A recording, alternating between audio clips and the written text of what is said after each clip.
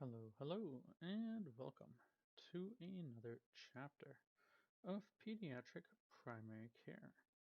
Today we're talking about Chapter 10, the development of, or developmental management of infants. The infant stage spans the period from 1 to 12 months, or the first year of age. It is a time of dramatic developmental changes and evolving skills. All body systems mature, giving rise to a sequential and coordinated expansion of abilities that allow the infant to respond to, cope, and potentially flourish within their new environment. Understanding infant growth and development is essential for the primary care provider as it provides the basis for health assessment and surveillance, anticipatory guidance, and identification of variations requiring additional management or referral. Developmental overview, the physical growth and development measurement. Physical growth is monitored through the frequent, careful measuring and recording of key growth parameters, including the weight, length, occipital frontal circumference, chest circumference, and vital signs. The Center for Disease Control and Prevention recommend that providers use the World Health Organization growth chart to monitor growth in infants and children from birth until 2 years of age. Length is measured with the infant in the supine position, while the OFC is measured with the infant in an upright position. Weight. Infants gain about 150 to 210 grams weekly during the first 6 months of life. By 6 months, the weight has typically doubled. During the next 6 months, the weight gain slows. However, by 1 year of age, the infant's weight has typically tripled the birth weight. The average weight of a 1-year-old is 9.75 kilograms or 21.5 pounds. The length. Infant length increases an average of 2.5 centimeters a month during the first 6 months, but slows during the next 6 months to 1.25 centimeters per month. While weight gain is steady and gradual, length increases occur in spurts. By 6 months of age, infants average 65 centimeters in length, increasing to 72 centimeters. By 12 months of age, a 50% increase from birth. The increase is primarily due to head and truncal growth. The occipital frontal head circumference. Like the rest of the growing infant, the OFC growth is rapid. During the first 6 months of life, the OFC increases approximately 1.5 centimeters per month, slowing to only 0.5 centimeters per month in the second 6 months. On average, the OFC is 43 centimeters at 6 months and 46 centimeters by 12 months. The 33% increase in the OFC in the first year of life accompanies the doubling in size of the brain during the same period. Cranial sutures begin to close with the posterior fontanelle closing between 6 and 8 weeks of age, followed by the anterior fontanelle closing around 14 months, with a range between 12 and 18 months of age. Chest circumference. At birth, the chest circumference is approximately 2 centimeters smaller than the OFC. However, it gradually increases and is approximately equal to the OFC by 12 months, primarily due to an increase in the chest lateral versus anterior-posterior diameter. Vital signs. Vital signs stabilize early in infancy. The typical infant heart rate is 80 to 160 beats per minute. Sinus arrhythmias are common, causing increased heart rates during inspiration and decreasing rates with expiration. The respiratory rate slows to 30 to 50 breaths per minute. Infants use their diaphragm to breathe, but abdominal respiratory movements are normal. Fluctuations in blood pressure can be observed during the various states of activity and emotions. The normal infant temperature typically refers to the rectal temperature, as it offers a truer reflection of the infant's basal body temperature, that being 37 degrees Celsius or 98.6 Fahrenheit. Organ maturation. While external focus is on the progressive, coordinated neurologic and musculoskeletal maturation, which results in the decrease of primitive reflexes and the development of purposeful movements, internal body organs and systems also mature during infancy, with changes in the immune, hematologic, digestive, and fluid renal system being the most notable. So, speaking on the immune system, a full-term newborn receives a significant amount of maternal immunoglobulin G, or MIGG. However, MIGG levels begin to decrease almost right away, disappearing by 9 months of age.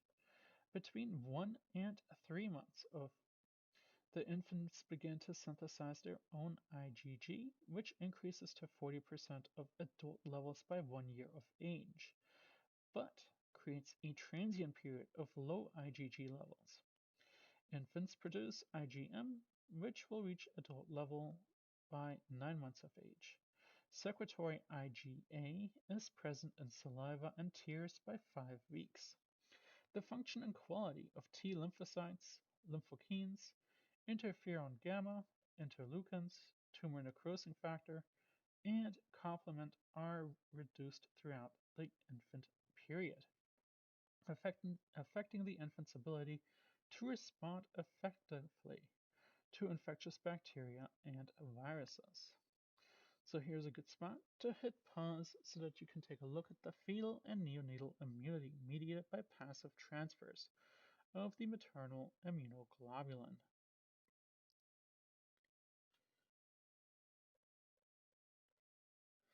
The hematologic system.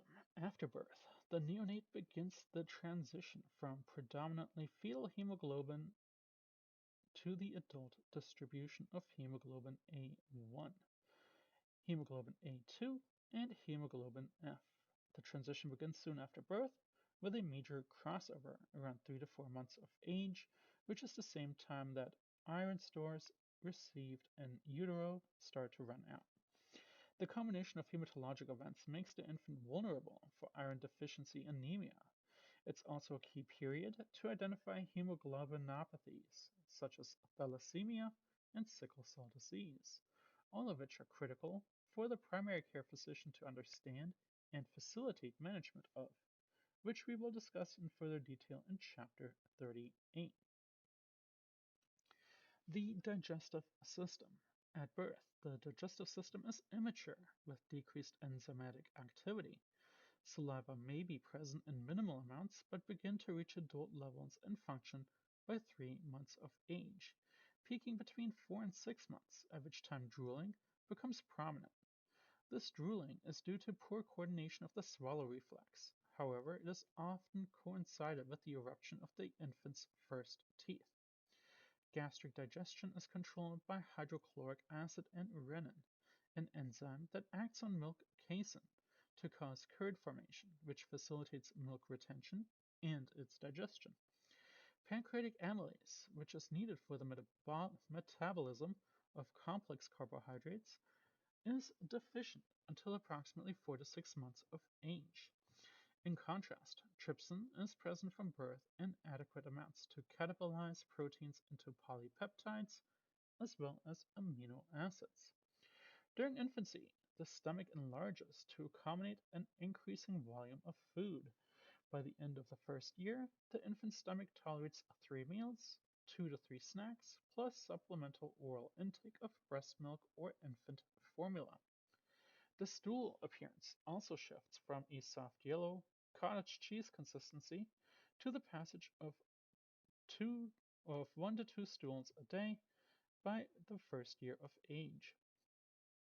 The liver begins gluconeogenesis, bilirubin conjugation, and bile secretion in the first few weeks after birth alongside the establishment of the intra and extrahepatic regulatory systems, controlling ketone body metabolism.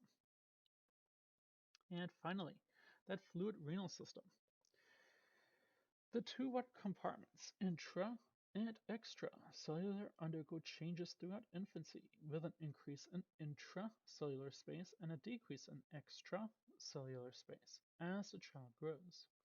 The total body weight is higher in infants, about 70%, compared to children at 65% and adults being 60%. This, however, predisposes infants to fluid loss and dehydration, aggravated by an immature renal system. While nephrogenesis is considered complete in the term infant, there are significant functional changes that take place as the infant matures, such as the ability to concentrate urine, which doesn't occur until around the second month of age. The physical growth and development. The infant experiences many physical and developmental changes during this time. These changes are summarized by the age of the following paragraphs and presented in detail, month by month, visual in the table 10.1. Starting 1 to 3 months. The length is increased by about 2.5 centimeters and OFC increases by 1.5 centimeters per month. The young infant gains 15 to 30 grams per day and eats 8 to 10 times in a 24-hour period. Feedings may vary in length from 20 to about 30 minutes. At 6 to 8 weeks, the infant experiences a growth spurt and eats more frequently. Weight checks and growth chart recordings help parents and caregivers understand if their infant is gaining weight appropriately. Wet diapers tend to occur after each feeding. However, there's a change in stool eliminating patterns, moving from stooling with each feeding to having 1 to 2 bowel movements a day or every other day. By 6 weeks of age, an infant may not have a bowel movement every day. The stools of breastfed infants tend to be more yellow, seedier, and pasty than those infants fed infant formula.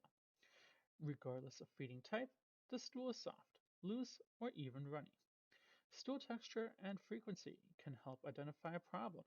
For example, a hard or dry bowel movement may reflect inadequate fluid intake. Infants sleep about 15 to 17 hours a day. As sleep periods consolidate into consistent nap times, the infant may benefit from organized periods of play.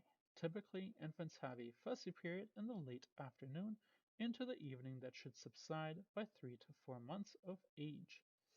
It is vital for the primary care physician to discuss with parents plans to cope with the increased fussiness and crying before this time is upon them. And shaken baby syndrome and the period of purple crying should be discussed.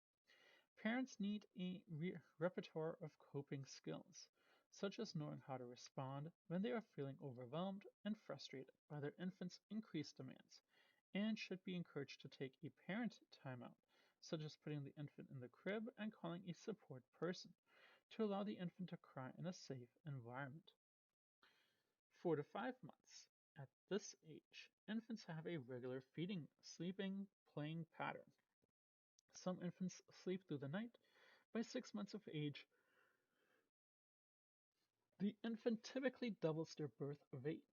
Growth continues to gain at about 150 to 210 grams per week, and length increases by 2.5 centimeters per month, and OFC by 1.5 centimeters per month.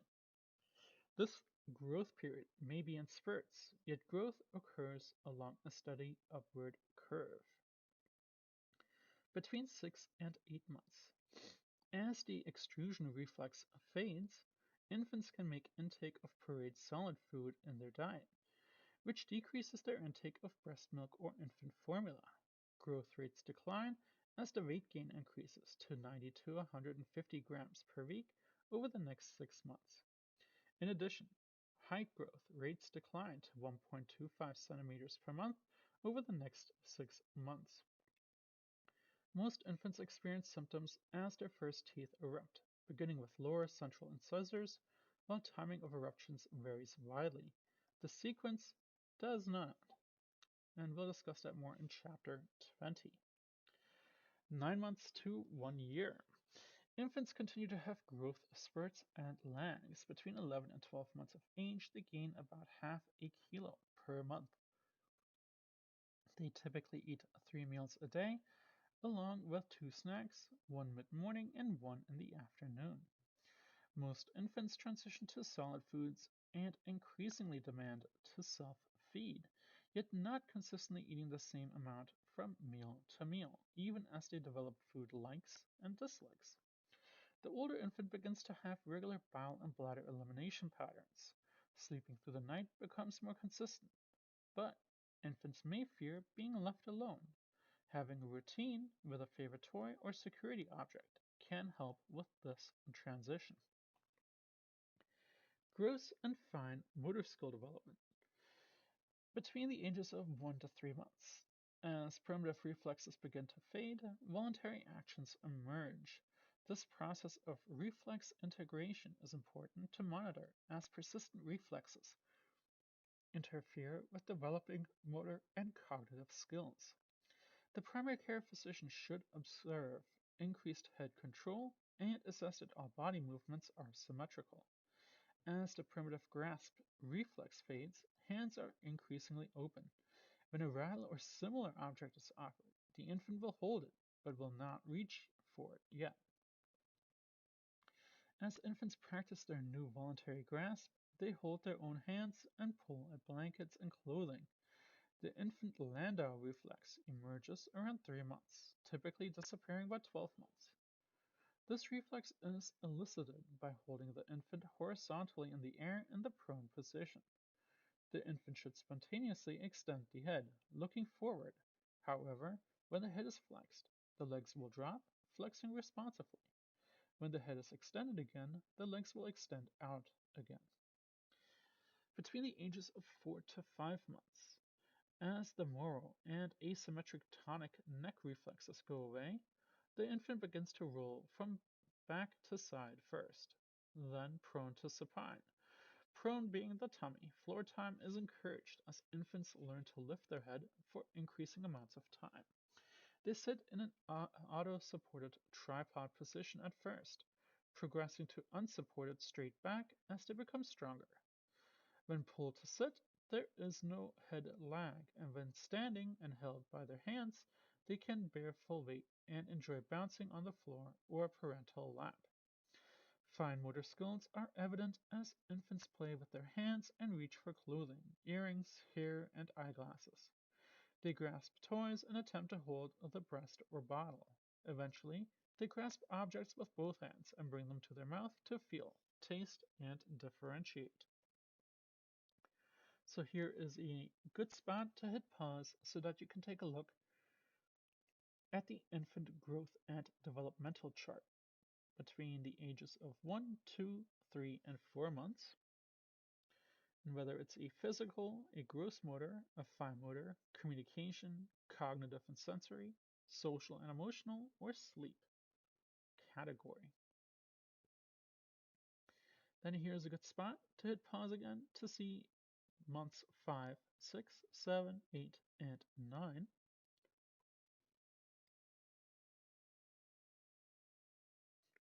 And finally, 10, 11, and 12. Again, I'm clicking through this kind of quickly, so please make sure you hit pause at the appropriate spots. Between the ages of 6 to 8 months, when prone, infants lift their head, chest, and upper abdomen off surfaces, bear weight on hands, easily roll from front to back, and begin rolling from the back to abdomen. Infants begin to sit erect and progress to sitting unsupported. The infant may begin to scoot while sitting, crawl, and rock in place when on their hands and knees. Some infants crawl while others push with their arms using a frog-like leg movement, while their abdomen remains on the floor. They eventually pull themselves to a stand and bounce when standing or holding onto furniture. Infants typically hold and drop objects to take another that is offered. They begin to transfer objects from hand to hand and then hold them more than one object without dropping one. They bang objects on surfaces and rake objects to grasp them. The pincer grasp starts to develop, although it can be entertaining to watch the infant release objects at will and laugh in delight. The dropping game, the infant is fine-tuning depth perception. This is further evidenced by the emergence of the protective parachute reflex. And lastly, between 9 to 12 months. By 9 to 10 months, infants crawl and some will pull to stand or cruise. They eventually take a few steps and progress from momentary standing alone and walking with the support of adult hands to taking cautious steps. By 12 months, advancing fine motor skill infants, especially as pincer grasp matures, infants delight in putting objects into containers and taking them out again. As they are read to, they easily turn the page. So, the social and emotional development. Between the first to third month, infants become more social over this time period, imitating parents' expressions, visually following others, as well as attending to sounds by quieting body movements or demonstrating visual responses. By 3 months, the infant has a social smile, smiling in response to their parent's voice, as well as to others who engage them. With the increase in activity, alertness, and responsiveness, parents need to continue to observe for cues the infant needs to rest or decrease stimulation, rather than assume the infant is always ready for more stimulation. Between the fourth to fifth month, infants delight in social interactions while taking in more of their environment. They smile spontaneously and turn their head to follow other movements. They look at and grab objects placed in front of them and vocalize displeasure when objects are taken away. Distraction can be used to offset an upset infant. Infants at this age can discriminate between family members and strangers. Thus, reciprocal recognition is an important aspect of attachment, and parents begin to recognize their child's unique, developing personality. Between the ages of 6 to 8 months, infants express frustration or reject being spoon-fed, preferring to feed themselves. They try to communicate needs by pointing at objects, tugging on clothing, and or vocalizing with varied pitch and tone. Issues surrounding the infant's desire to control begin to emerge. Understanding and engaging with the infant and learning their cues assists parents, especially when dealing with a determined, strong-willed infant. The primary care physician can remind parents that this newly found control is a positive quality.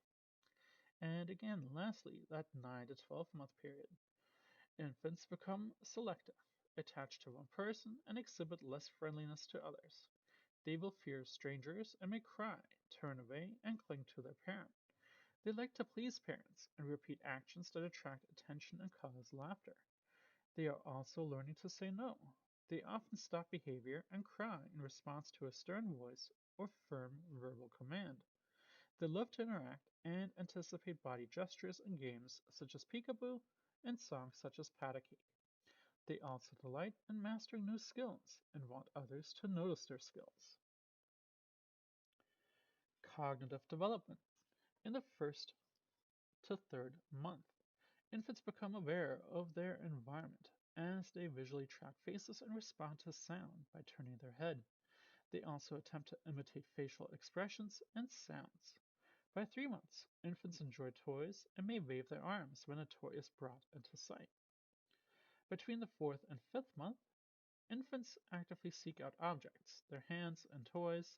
They smile and have improved hand-eye control and bring objects to their mouth to learn about them. Between the sixth and eighth month, the infant is increasingly aware of their surrounding and expresses individual preferences. Toys that introduce the concept of cause and effect. Pull on a string and a bell rings, or a toy comes closer. Encourage learning. They enjoy dropping items. Their delight reflects their learning about the object, how they sound when they hit the ground, and or how long it takes till they hear the sound. Around 8 months, infants begin to search for objects, especially those that were recently within their sight. This behavior is a sign of a developing object permanence, which continues through interactions such as hide and seek and peekaboo. 9 to 12 months.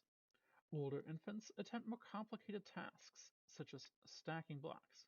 They start to do things on their own, remember learned cause and effect, and follow simple commands, such as put the toy in the box.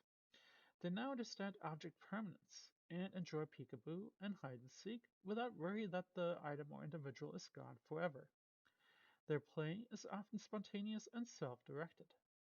They enjoy simple household objects such as pots and pans, spoons and measuring cups, as well as toys. Which brings us to the communication and language development. In months 1 to 3, when the infant is in a quiet, alert state, parents are encouraged to connect and engage with them in face to face, quiet verbal interactions. As parents talk, infants begin to learn different sounds and will start to coo, vowel sounds, and later babble, adding consonant sounds. In return, infants' body movement continue to be a form of communication, from snuggling to turning the head or arching the back. Between fourth and fifth month, the vocalization increases as the infant squeals in delight, coos and babbles more purposefully, and laughs. Infants actively search out sounds, whether incidental, such as a dog's bark or doorbell, or purposeful, such as a bell or rattle, pairing the sound to the item. Between the 6 to 8 month period, vocalization continues to increase sound imitation, using pitch and tone, and including raspberries and coughing. Babbling one-syllable utterances combining a consonant and vowel, such as da, progressing to chained syllables including ba-ba and da-da, without connecting meaning to them. Infants delight in hearing their own voice and begin to talk with emphasis and emotion. Their receptive language increases as they listen to those around them and begin to associate facial expression and gestures. As noted earlier, infants tend to quiet when a stern voice is used, and they often cry. Reading to infants introduces new words, sounds, and rhythms. Engaging books with simple illustrations introduces associated visuals. The American Academy of Pediatrics recommends that infants not watch television or other form of passive media, such as videos before 2 years of age. Instead, the infant should be exposed to language via human interaction, which does not include video chatting. 9 to 12 months. Growing receptive language is reflected as infants begin to understand and follow simple commands. They learn to mimic new sounds, including animal sounds. They comprehend the question, "What does a dog say?" and can respond appropriately. They enjoy toys that make noise and participate in simple interactive games. Their receptive language is greater than their expressive language, which typically includes around 5 words, which may not always be easily understood. So, that brings us to common developmental issues. Parents' concerns during the first year of life are often related to inexperience or lack of knowledge about infant growth and development. Anticipating and sharing information about growth and development is an important component of pediatric primary care. Parents' questions and concerns need to be acknowledged and responded to by a primary care physician. When parents understand the sequence and complexity of growth and development, as well as certain benchmarks, they are better able to parent and make decisions. Two of the more common issues for parents are infant crying and colic, as well as postpartum depression and psychiatric disorders. So, touching on crying and colic. Crying infants trigger parental concerns that is something wrong with their infant. When parents cannot determine the cause of irritability, it is stressful. It is helpful to be proactive with parents, reminding them that crying is their infant's primary mode of communication. While it is normal for infants to cry up to 5 to 6 hours a day, there is a fussy period beginning when around 2 weeks of age and continuing until about 3 to 5 months of age. During that time, crying can start and stop for no apparent reason, and is often unrelated to anything that the parent does or does not do. Increased hard-to-soothe crying may signal discomfort or illness, but it may also reflect their infant's temperament. Referring to hard-to-soothe crying as colic may relieve some parents from worry, but for others it may feed a belief that something else is going on. Colic is often defined as excessive crying for more than 3 hours a day in infants between 1 to 4 months of age. For longer than 3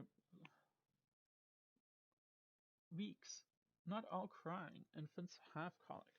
However, all infants go through a period of increased fussiness. The Period of Purple Crying Initiative is a resource for parents during this fussy period.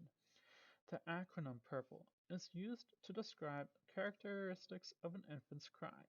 It also provides parents with the knowledge that it could be a temporary developmental phenomenon. However, the primary care physician must attend to any parent who reports an infant who is difficult to soothe. A careful history and physical exam, including a thorough gastrointestinal and neurological assessment, should be performed, along with an assessment of parent coping skills and resources. If the infant is gaining weight appropriately and has a normal physical exam, lab and radiographic studies are unnecessary. There's no evidence to support changing infant formulas or using medications to manage crying. Herbal remedies and/or supplements should be used with caution. However, external interventions, such as the use of white noise, may calm infants. Other parents find that their infants calm when the vacuum, blender, or ceiling fan is on, while others notice a car ride breaks up the crying. It's important that whatever distraction is used is safe. For example, parents should be cautious about putting an infant in a car seat on top of the dryer as it introduces a fall risk, much like a nearby hairdryer introduces a burn risk. So, to summarize, the crying infant as well as the parent need to be assessed and supported with the development of the individualized plan. So, there is a table here, types of infant cries and their possible cause. So, it's a good spot to hit pause, and you can take a look throughout.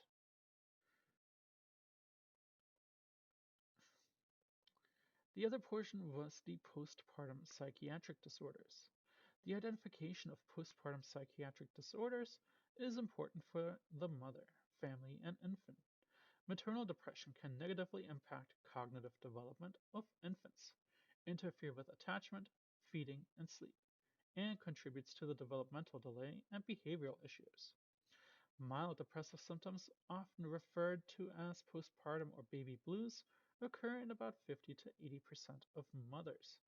Maternal symptoms include crying, confusion, mood lability, anxiety, and depressed mood, which appear during the first week postpartum, typically last a few hours to a few days, and have no negative sequelae.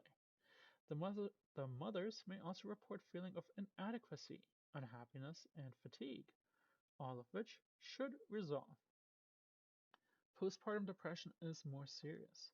Unlike baby blues, postpartum depression does not resolve by itself, can appear days to months after birth, and last for weeks to months. Ongoing depression makes getting through the day difficult due to periods of sadness, anxiety, and loss of interest in activities, and affects maternal ability to care for herself and her new infant. Postpartum depression occurs more often in new mothers who are less than 24 years of age, American Indian or Alaska Native, Asian or Native Hawaiian, and/or Pacific Islander, not a high school graduate, single, postpartum smoker, have three or more stressful life events in the year before infant birth, have a term low birth rate infant, or have newborns admitted to the neonatal intensive care unit. It's important that screening all mothers for depression. Pediatric primary care physicians have ongoing contact with them. The 10-question Edinburgh postnatal depression scale is an easy to administer screening tool and a valuable and efficient way to identify mothers who are at risk for perinatal depression. Mothers who score 13 or more should be referred to further evaluation with an appropriate mental health professional. Intervention should be individualized. Mothers need to know that postpartum depression is important to recognize, that it is treatable, and that treatment is available. Treatment from a licensed provider should be arranged. Postpartum psychosis is a severe disorder that includes delusions, paranoia, hallucinations, and gross functional impairment that begins within 4 weeks postpartum. Maternal thoughts of harming herself or her newborn may occur. Postpartum psychosis is far less common than postpartum depression and postpartum blues. In addition, mothers who have a history of bipolar disorder, schizoaffective disorder, and those with a history or family history of postpartum psychosis are at an increased risk. The cognitive lapses that occur with postpartum psychosis result in the mother's inability to care for herself, neglecting her infant's needs, and providing unsafe caregiving. In the first year after childbirth, maternal suicide risk increases dramatically, becoming the leading cause of maternal death up to 1 year after delivery. The primary care physician must inquire about maternal mental health. Each pediatric well child check is an opportunity to screen mothers and assess families for risk factors that affect infant safety as well as growth and development. Health supervision. Monitoring infant growth and development is critical because of the rapid changes that occur. Delays or concerns need to be promptly evaluated rather than using the wait and see approach. Referrals for early intervention can make a tremendous difference in quality of life, learning, and later development. Sharing a concern about the infant's growth and or development with a parent is never easy, but it is important to ensure that the infant receives the help they need. Having a consistent primary care physician enhances the ability to evaluate the infant and strengthen the provider-parent relationship to allow for providing anticipatory guidance, validating parental efforts, and reinforcing parental success. Again, see Table 10.3 for standardized screening tools for infants. Which brings us to periodic wellness visits. Routine well checks are recommended during infancy at 1, 2, 4, 6, 9, and 12 months of age. Each visit includes a comprehensive history and physical exam, appropriate screening, immunization, anticipatory guidance according to the AAP and Bright Futures periodicity schedule. The following table 10.4 summarizes anticipatory guidance topics during infancy, and table 10.5 highlights red flags. Age-related discussion points about infant regulation and sleep-wake patterns, strength and motor coordination, nutrition, communication and language, social and emotional growth, and cognitive and environmental stimulation are all highlighted in the following paragraphs. So, in that 1 to 3 month, the regulation of the sleep-wake pattern. Safe sleep. Infants should be placed on their backs to sleep. Remind parents to remove any stuffed animals, comforters, and bumpers from the crib or bassinet. Review the dangers of co-sleeping, especially on soft surfaces, such as a couch or recliner. And here is a spot to hit pause so you can see the Edinburgh Postnatal Depression Scale, which is that questionnaire.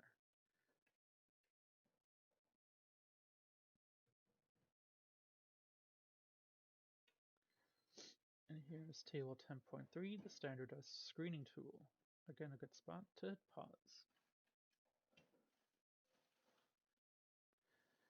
Place drowsy infants in the crib or bassinet to help them learn to self-soothe and go to sleep on their own.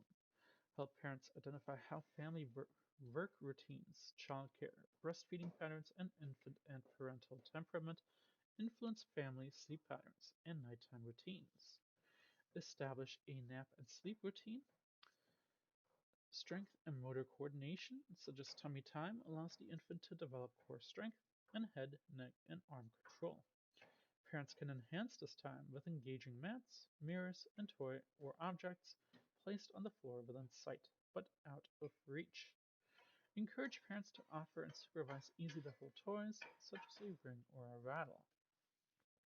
In regard to nutrition, infants have a strong need to suck, especially non-nutritive suckling on fingers, pacifiers, and or toys or objects, as well as on the breast long after it is empty. Feedings are important to meet nutritional and developmental needs, but they also offer the opportunity for close, affectionate communication between the parent and infant. Infants often provide readiness to eat and satiate cues. For example, they may vocalize and increase their movement as they see the parent prepare for a feeding, and seal their lips, turn their head, and slow or stop sucking when they are satisfied. Overfeeding may occur when cues are not being recognized or are being ignored. Again, here is this chart, table 10.4, anticipatory guidance topics. Again, a good spot to hit pause so you can see the age spot, injury prevention, violence prevention, nutritional counseling, and fostering optimal development. Positive reinforcement for continued breastfeeding is essential and proactive strategy for mothers who is returning to work are beneficial. However, not all mothers are able or choose to continue to breastfeed at all. All mothers need to be encouraged to be comfortable with their choice about feeding. Some infants will require further evaluation, especially if they show little interest in feeding or are not growing. A detailed feeding history includes a minimum 3-day diet history and a caloric analysis, which is a great starting point, which will be discussed in further detail in Chapter 14. Assess the infant's mouth, oral motor skills, and general development, because feeding difficulties may indicate a physical abnormality, such as a tight frenulum or subglottal cleft, or a neuromuscular issue. Use the standard feeding assessment tools such as the InCast feeding scale to assess the parent-child relationship, as well as develop individualized recommendations. If needed, refer to a comprehensive infant feeding disorder clinic, nutritionist, gastroenterologist, a speech and language therapist, or psychologist. Communication and language. Parents should be encouraged to talk and sing to the infant during everyday activities. The words and tunes do not necessarily matter. It's important for them to hear their parent's voice.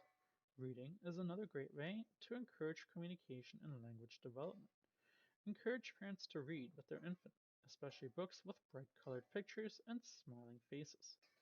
Parents should continue to talk to their infant, even when supine, to help get and keep the infant's attention. Social and emotional growth. Relationship develops, begins at birth and continues through childhood. Infants are social and desire to interact with others. Infants with limited social interaction can present as fussy. Infant temperament influences how the child approaches and reacts to the world. When parents understand their infant's temperament, they can anticipate and understand how their infant reacts and relates to the world around them. Parent-child temperament mismatch can, however, be challenging. So here is once again a spot to hit pause to see the developmental red flags.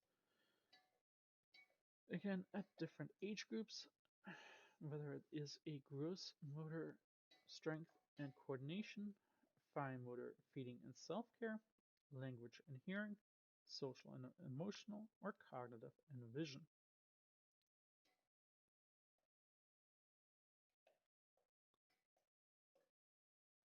Happy, healthy parents help make for happy, healthy babies. Infants react to their parents' emotional states. Accordingly, parents need to develop strategies to have time together as a couple and do activities they find enjoyable. Primary care physicians can identify criteria for parents seeking childcare resources and how to locate those resources. Cognitive and environmental stimulation. Providing a stimulating environment for infants. Some parents may be stressed or have a limited time to spend with their infant. Use of short daily activities such as singing a nursery rhyme or song, dancing with the infant in their arms, blowing bubbles towards the infant, and looking at pictures in the house and explaining who the people in the pictures are is a great example. Parents can also visit the local public library to borrow board books with high contrast, brightly colored pictures. selecting toys that are safe and developmentally appropriate. However, use caution with small toys that pose choking hazards. Those, for instance, with small pieces that are smaller than the size of the infant's fist, as well as painted toys. Good choices include toys that squeak or rattle, or an unbreakable mirror to look at themselves. Between the ages of 4 to 5 months of age, the regulation and sleep pattern. Infants can be differentiated between day and night and usually sleep about 14 hours a day, including 8 hours at night without a feeding. By 5 months, most infants sleep 10 to 11 hours straight. During the day, they nap from 4 to 5 hours, usually spread out over 2 to 3 naps. Infants outgrow the bassinet and need to move to a crib. Bedtime rituals are important to signal what is going to happen next, which builds a sense of security. Parents should modify routines to fit the infant's temperament. For strength and motor coordination, increasing infant mobility means childproofing the home and the homes of close relatives and friends. Measures include safety latches on drawers and cabinet wrapping appliance cords, covering electrical outlets, and using gates for stairs and rooms. Avoid placing the crib near windows because it is of the presence of drapery and blind cords. Floor time encourages motor strength and coordination. A few bright toys just beyond the infant's reach encourages rolling over to reach them. Time spent in playpens should be minimal. Movable walkers should be avoided as they allow mobility beyond the infant's natural ability and are faster than a parent's reaction time. Stationary activity centers are safer. However, their use should be limited to avoid undue stress on the infant's developing hips. Nutrition. Drooling is common. It is often aligned with teething, but primarily occurs because of salivary gland maturation. The infant gradually develops the ability to swallow excessive saliva. Infants only need breast milk or infant formula for the first 6 months of life. Though many parents desire to start solid foods earlier, infants are ready for solids when they have a good head control, can sit upright, and have diminished tongue thrust reflex. All infants are different and develop at their own pace, so parents need to understand infant readiness cues. There is evidence that introducing allergenic foods by 6 months can decrease the risk of developing a food allergy. All infants should be evaluated for the introduction to peanuts between 4 and 11 months of age. Current guidelines suggest infants with severe eczema undergo allergy testing and those with moderate to no eczema be introduced to peanut-containing food at 6 months, depending on the parent's preference. Spoon feeding helps the infant develop a new oral motor skill, including tongue, lip, and cheek control. Infant cereal is typically one of the first solid foods offered and should be offered on a spoon, not mixed in a bottle or cup. Communication and language. Parents should talk and sing to their infant and encourage back and forth communication. Infants start to babble using many of the characteristics of their native language. Although babbling may sound like nonsense, encourage parents to listen for changes in their infant's pitch.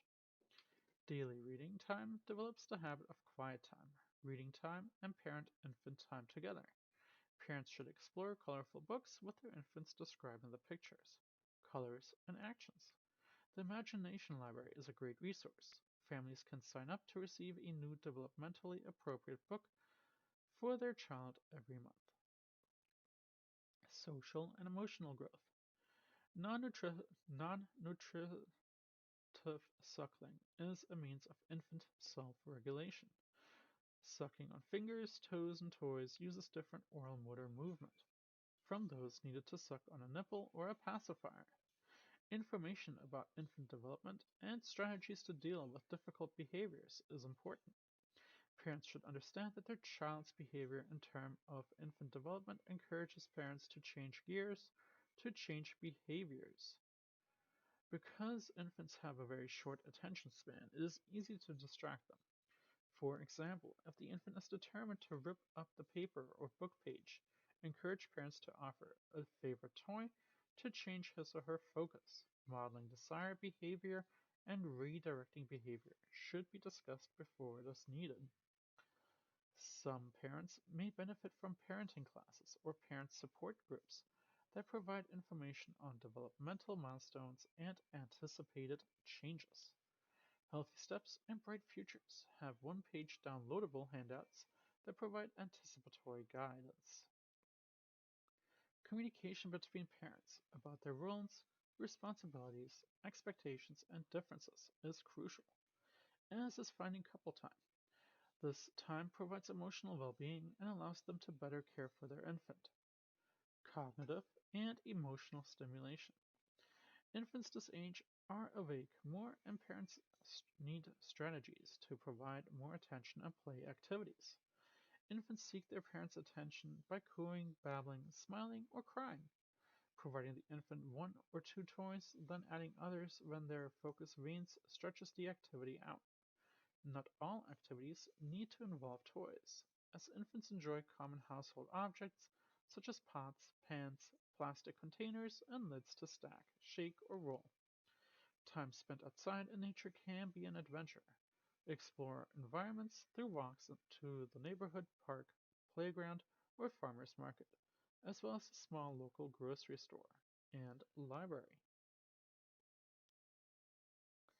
Between 6 to 8 months, regulation and sleep-wake pattern. Encourage a sleep routine. Brush, book, bed to help the infant anticipate sleep. Put infants in their cribs when they are drowsy and awake, but not asleep. Allow infants to awaken at night to return to sleep on their own. If the infant does not return to sleep, encourage parents to intrude as little as possible, using only a soft voice, then gently touching, and finally holding the infant if other attempts fail. Strength and motor coordination. Floor time is essential at this stage as infants learn to scoot, crawl, and stand.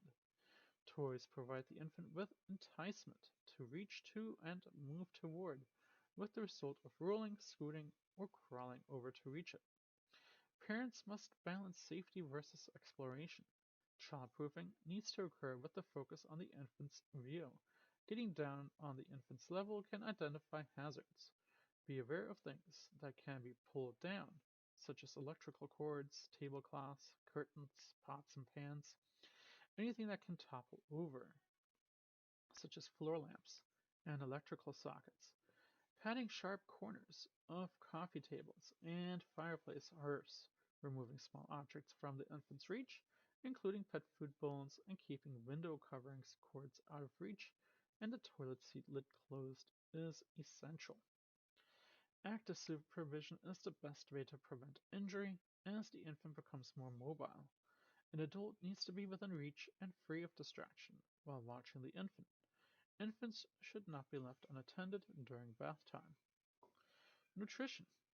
Many 6-month-old infants can go for 6 to 12 hours without feeding.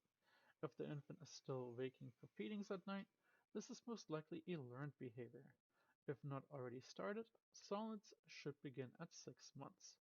Breastfed infants need iron-fortified foods. The ideal high chair is a sturdy and stable and stands up to heavy use, spills, and frequent cleaning. It makes feedings more enjoyable for both the infant and parent. There is no evidence to wait to introduce highly allergic foods, such as eggs, soy, peanuts, or fish, to prevent food allergy. All infants should be considered for peanut introduction between 4 and 11 months of age to prevent serious peanut allergy. Allow the infant to hold a spoon or cup to encourage self-feeding. It is important for infants to eat with their family at least once a day. The likelihood that infants will try new food increases as they observe others eat. Distractions, such as toys and television, should be avoided. Mealtime conversations should be pleasant, helping all family members enjoy their time together. Communication and language. Continuing talking and singing to the infant using facial expressions and gestures. Name body parts while bathing the infant and changing a diaper. Read to the infant daily using a variety of bright colored, age appropriate books. Name family members and pictures around them at home. There's social and emotional growth.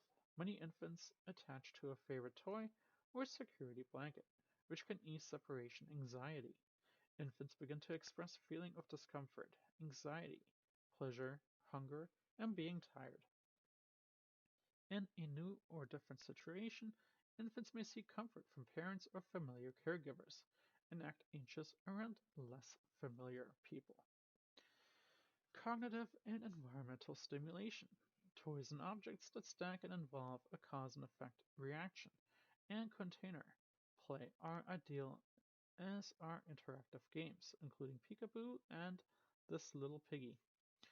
Objects smaller than 2.25 inches long by 1.25 inches wide are a choking hazard for children younger than 3 years of age, and toys with small pieces that can break off should be avoided. Finally, we get to the last group, the 9 to 12 months. The regulation and sleep-wake patterns. Predictability in the daily routine allows the infant to gain mastery over new situations. A daily schedule of mealtime, snack time, and playtime, a nighttime routine, and consistent caregivers increases the infant's sense of security during transitions. As infants enjoy the freedom that their increased mobility brings, they also start to experience separation anxiety. Many infants latch onto a comfort object, such as a stuffed animal or a blanket, which provides continuity and eases stressful situations. This love affair often lasts through toddlerhood or longer. A second identical spare is a vital in case of a favorite gets lost. Treat the spare with the original so that they both feel and smell the same. Infant temperament becomes more evident in activity and curiosity levels, and in adjustment to new situations. Help parents identify strategies and creative solutions for temperament-based concerns. Strength and motor coordination. Infants refine old and achieve new motor skills. Parents should cheer on their infant to build on cause and effect actions with positive reinforcement. Childproofing continues as the mobile and curious infant explores the surrounding environment. Medications and potentially hazard items should not be stored in purses or other areas the infant can reach. Firearms need to be locked away in a cabinet and not just out of reach. Ammunition should be locked and stored separately from firearms. In addition, small objects, plastic grocery bags, and balloons must be kept away from the ever-curious infant. Making the home child safe allows parents to spend more time playing and less time saying no. Infants should never be left alone in the tub and discourage standing up to prevent a slippery fall. Nutrition. Foods varies from pureed to blended, finger foods and soft solids to a wide range of table foods, regardless of the type. Self-feeding should be encouraged, even though many parents struggle due to the messiness and mealtime taking longer. Talk with parents about strategies to encourage self-feeding using fingers, spoons, and cups. Using hands and trying to use a spoon are important aspects of how an infant learns to self-feed and regulate oral intake. Start out with one meal and snack for self-feeding with the goal to build up to a full self-feeding. Hunger is inconsistent for infants. 3 meals and 2 to 3 snacks a day is usually sufficient. It's important to continue family meals and avoid distracted eating. By 12 months, infants should be weaned from the bottle and pacifier and transition to a cup. Communication and language. This is a fun time with infants as they are more interactive. Reinforce the infant's efforts to communicate through gestures, pointing, and rather unclear vocalization. Encourage the infant to ask for an item or the need. This provides groundwork for future speech development and socialization. While reading a book, parents can say, "Point to the cat," and ask, "Where is the red car?" Imitating animal sounds while reading and allowing infants to turn the page is encouraged. While bathing, dressing, and diapering the infant, encourage naming body parts, such as "This is your nose." Name utensils during the meal and when cooking, and describe food colors, smells, and tastes. This is sour, this is sweet. Social and emotional growth. Degrees of independence and autonomy emerge in infants as they distinguish themselves from their parents. Discipline is a process to teach positive behaviors rather than a punishment for negative behaviors. It's a way to distract infants at this age by guiding their curiosity to other activities or objects. Parents may struggle to find the energy to deal with a busy, on the go infant. Suggestions on how to cope with the exhaustion and a busy infant may be needed. Stranger anxiety can be challenging, but establishing a separation routine helps infants to understand that the parent is leaving but will return. Eventually, parents may feel sad or disappointed when their infant easily separates and enjoys time away from them. Cognitive and environmental stimulation. Play is the work of infants. When parents participate in playing with their infant, the parent-child bond is strengthened, while simultaneously stimulating cognitive development of the infant. Taking command during the play fosters the infant's emerging independence and facilitates parents being able to model new activities and skills with interactive games such as the couch cushioning obstacle course, or singing Itsy Bitsy Spider and Wheels on the Bus. The container of toys prevents toy boredom, rotates toys in and out of the box. A mixture of board books, blocks, and stacking, pull, and pretend toys, such as a spoon and cups, helps develop the infant's dexterity skills and promote self-feeding. Messy play provides further exploration and allows creativity. Things such as sandboxes, water tables, and gelatin. Screenings.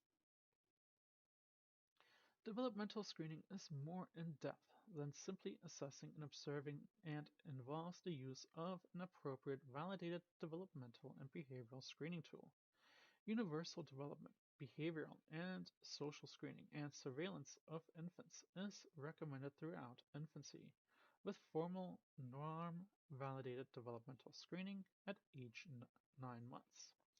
Developmental surveillance includes acknowledging the parental concerns, obtaining a developmental and behavioral history, and completing a thorough exam of the infant's development.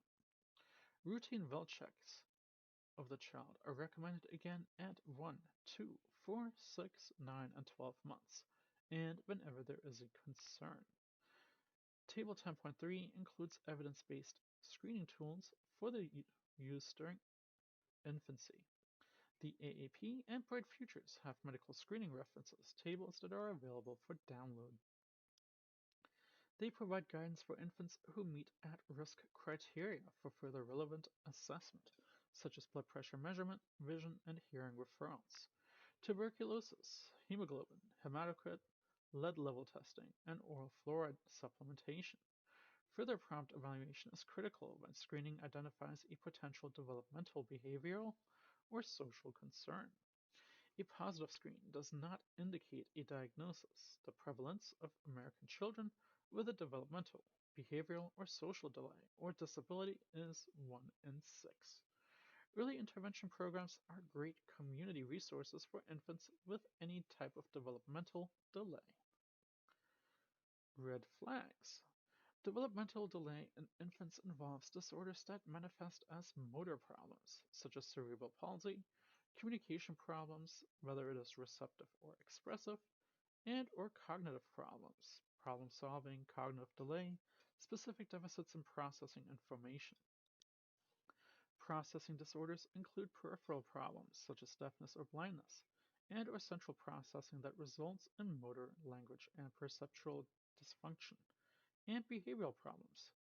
Disorders may be degenerative, muscular dystrophy, or static, such as brachial plexus injury or cerebral palsy. Signs and symptoms of developmental delay may also be a function of the disorder or is secondary to the disorder, whether it is progressive neurologic loss or contractures with cerebral palsy. All children develop at their own pace, so it's difficult to predict when they will learn a specific skill. Infant developmental delays can be difficult to identify, but the primary care physician must be alert to red flags that place the infant at risk or indicate a potential problem. Parents may be the first to notice that their infant is lagging behind other infants of similar age and should be encouraged to discuss their concerns with their primary care physician. Pediatric providers need to listen carefully to parental concerns and be aware of the infant's history. The following are examples of specific risk factors for developmental delay or disorder.